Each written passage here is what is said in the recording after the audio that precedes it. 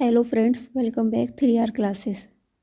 घटनाचक्र इतिहास का पूर्वावलोकन हमने शुरू किया था। उसी सीरीज़ में ये हमारा नेक्स्ट वीडियो है। हम लोग बौद्ध धर्म पढ़ रहे थे और बौद्ध धर्म में हमारा हीनयान और महायान टॉपिक छोटा सा है, ये रह गया था। आइए अपनी क्लास को शुरू करते हैं। इस टॉपिक को करने के बाद हम इससे संबंधित कुछ भी थोड़े बहुत प्रश्न करेंगे। आइए अपनी क्लास को शुरू करते हैं बिना टाइम वेस्ट किए हुए। हीनयान और महायान में अंतर। हीनयान क्या है और महायान क्या है देखेंगे। हीनयान का शाब्दिक अर्थ होता है निम्न मार्ग और महायान का शाब्दिक अर्थ है उत्कृष्ट मार्ग। हीनयान में महात्मा बुद्ध को महापुरुष माना जाता है तथा महायान में महात्मा बुद्ध को देवता माना जाता है। हीनयान व्यक्तिवादी धर्म है। इसके अनुसार प्रत्येक व्यक्ति को अपने प्रयत्नों से ही मोक्ष प्राप्त करना चाहिए। महायान में क्या होता है, इसमें परोपकार पर सेवा पर बल दिया गया है और इसका उद्देश्य समस्त मानव जाति का कल्याण है। हीनयान ये मूर्ति पूजा और भक्ति में विश्वास नहीं करता है, जबकि हीनयान आत्मा एवं पुनर्जन्म में विश्वास करता है। ये काफ़ी बार पूछा गया है। इसकी साधना पद्धति अत्यंत कठोर है। भिक्षु जीवन का समर्थक है।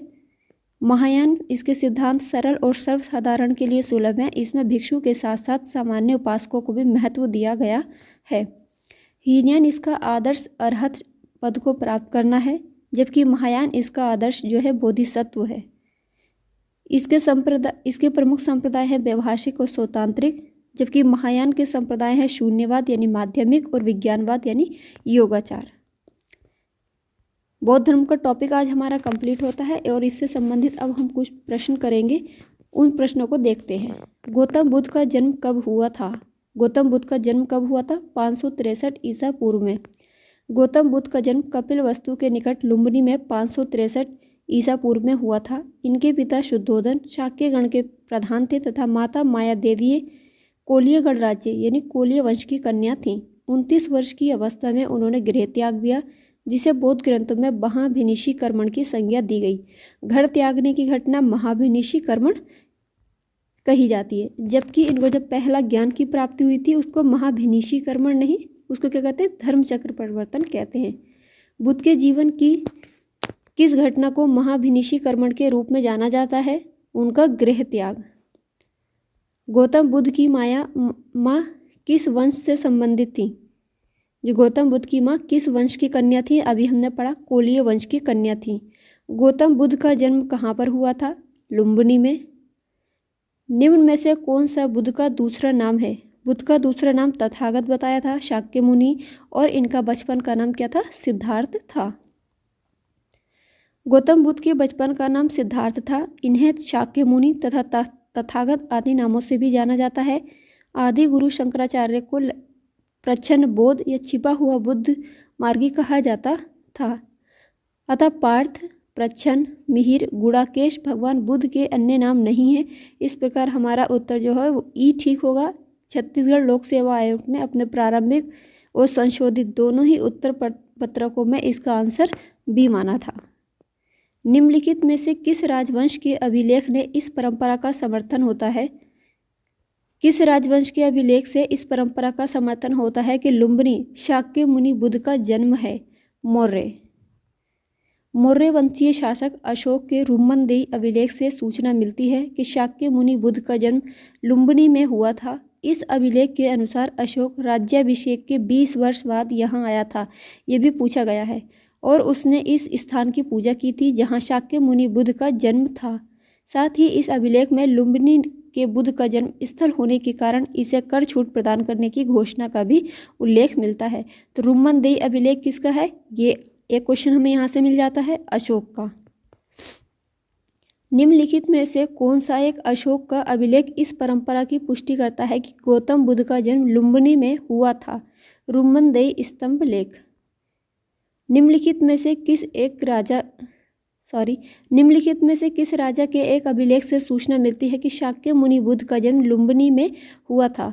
अशोक के अभिलेख से पता लगता है। महात्मा बुद्ध का महापरिनिर्वाण कहाँ हुआ था? कुशीनगर में। बौद्ध धर्म का प्रचार करते हुए महात्मा बुद्ध मल्लों की राजधानी पावा पहुँचे, जहाँ वे चुंद नामक लोहार की आम्र वाटिका में ठहरे। उसने बुद्ध को सूकर मतलब खाने को दिया। इससे उन्हें रक्त अतिसार हो गया और भयानक पीड़ा उत्पन्न हुई। इस वेदना के कारण भी वे कुशीनारा मलगढ़ राज्य की राजधानी पहुंचे। यहीं 483 ईसा पूर्व में 80 वर्ष की अवस्था में उन्होंने शरीर त्याग दिया। बौद्ध ग्रंथों में इसे महापरिनिर्वाण कहा जाता है। गौतम बुद्ध का महापरिनिर्वाण जिस राज्य में हुआ था वह कौन सा राज्य था? मल। महात्मा बुद्ध का महापरिनिर्वाण किसके गणतंत्र में हुआ था? मल्लों के गणतंत्र में हुआ था। गौतम बुद्ध ने किस स्थान पर निर्वाण प्राप्त किया? इसका सही आंसर है बौद्ध धर्म में सांसारिक दुखों से मुक्ति या दुख निरोध को ही निर्वाण माना गया है। बुद्ध को सांसारिक दुखों से मुक्ति यानी कि निर्वाण ज्ञान प्राप्ति के समय हुआ था, जो कि बोध गया में प्राप्त हुआ था। ये निर्वाण पूछा है, अगर परिनिर्वाण होता तो हम कुशीनारा लगा देते, लेकिन यहाँ पर निर्वाण पूछा गया है। महापरिनिर्वाण मंदिर अवस्थित है, कहाँ है? कुशीनगर में। महापरिनिर्वाण मंदिर उत्तर प्रदेश के कुशीनगर जिले में स्थित है। मंदिर में स्थापित भगवान बुद्ध की मूर्ति 1876 ईस्वी में उत्खनन के द्वारा प्राप्त की गई थी। महापरिनिर्वाण मंदिर विश्व में बौद्ध धर्म के सबसे पवित्र मंदिरों में से एक माना जाता है। निम्नलिखित राज्यों में से किनका संबंध बुद्ध के जीवन से था? बुद्ध के जीवन से कौन कौन थे? कौशल और मगध।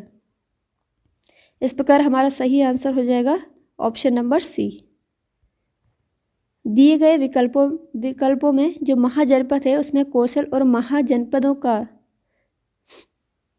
और मगध महाजनपदों का संबंध बुद्ध के जीवन से था। गौतम बुद्ध ने अपनी शिक्षा के प्रचार प्रसार हेतु मगध एवं कौशल दोनों ही राज्यों में भ्रमण किया था। गौतम बुद्ध द्वारा अपने धर्म में दीक्षित किए जाने वाला अंतिम व्यक्ति कौन था? सुबुद्ध। इन्होंने अंतिम अपना उपदेश किसको दिया था? सुबुद्ध को। अपने जीवन के अंतिम वर्ष में गौतम बुद्ध अपने शिष्य चुंद के यहाँ पावा पहुँचे। यहाँ सूकर मतलब भोज्य सामग्री खाने से वे अतिसार रोग से पीड़ित हो गए। फिर वे पावा से कुशीनगर चले गए और यहीं पर सुबुद्ध को उन्होंने अपना अंतिम उपदेश दिया था। बुद्ध द्वारा रूपांतरित निम्न व्यक्तियों में से कौन सा अंतिम था? बुद्ध द्वारा रूपांतरित निम्न व्यक्तियों में से कौन सा अंतिम था? सुबुद्ध, यानी सुबुद्ध को ही उन्होंने अपना अंतिम उपदेश दिया था। बुद्ध ने अपने जीवन काल की अंतिम वर्षा ऋतु कहाँ बिताई थी? वैशाली में। पिछली क्लास में भी ये मैंने बताया था। महापरिनिर्वाण सूक्त से उनके जीवन के विविध आयामों एवं काल का निर्धारण किया जाता है, जिसके अनुसार बुद्ध ने अपने जीवन की अंतिम वर्षा ऋतु वैशाली में बिताई थी। निम्नलिखित में से कौन सा एक बौद्ध मत में निर्वाण की अवधारणा की सर्वश्रेष्ठ व्याख्या करता है? बौद्ध धर्म में निर्वाण की अवधारणा की सर्वश्रेष्ठ व्याख्या कौन करता है?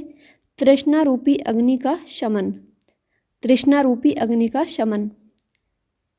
बुद्ध ने निर्वाण को मन की उस परम शांति के रूप में वर्णित किया है जो तृष्णा, क्रोध और दूसरी विषादकारी मना स्थितियों से परे है। यह शांति तभी प्राप्त होती है जब सभी वर्तमान इच्छाओं के कारण समाप्त हो जाए और भविष्य में पैदा हो सकने वाली इच्छाओं का जड़ से नाश हो जाए। निर्वाण में तृष्णा और द्वेष के कारण जड़ों से समाप्त हो जाते हैं, जिससे मनुष्य सभी प्रकार के कष्टों, दुखों या संसार में पुनर्जन्म के चक्र से छूट जाता है। अतः विकल्प ए सही है। आलार कलाम कौन थे? आलार कलाम बुद्ध के एक गुरु थे। महाभिनिशीकरण के बाद ज्ञान की खोज में महात्मा बुद्ध आलार कलाम के आश्रम में पहुँचे तथा उनसे दीक्षा ली। आलार कलाम के आश्रम में उन्होंने तपस्या की, किंतु वे इससे संतुष्ट नहीं हुए।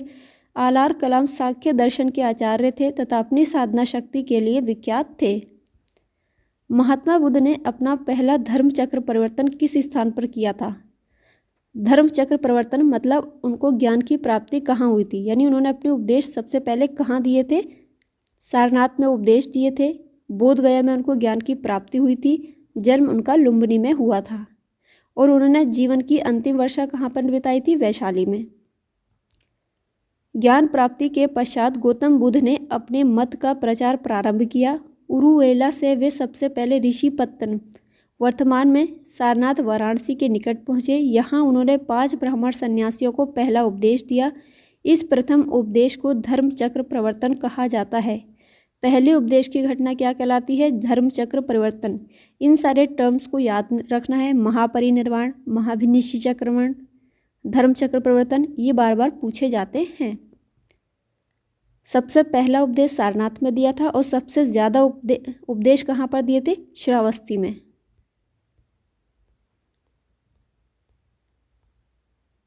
आज की क्लास में इतने ही क्वेश्चन है, 20 क्वेश्चन हम लोगों ने सॉल्व किए। अगली क्लास में मिलेंगे अगले प्रश्न उत्तरों के साथ में। तब तक के लिए अपना ख्याल रखिए, पढ़ते रहिए। वीडियो पसंद आए तो प्लीज़ इसको लाइक शेयर कीजिए। चैनल पर नए हो तो सब्सक्राइब कीजिए। बाय।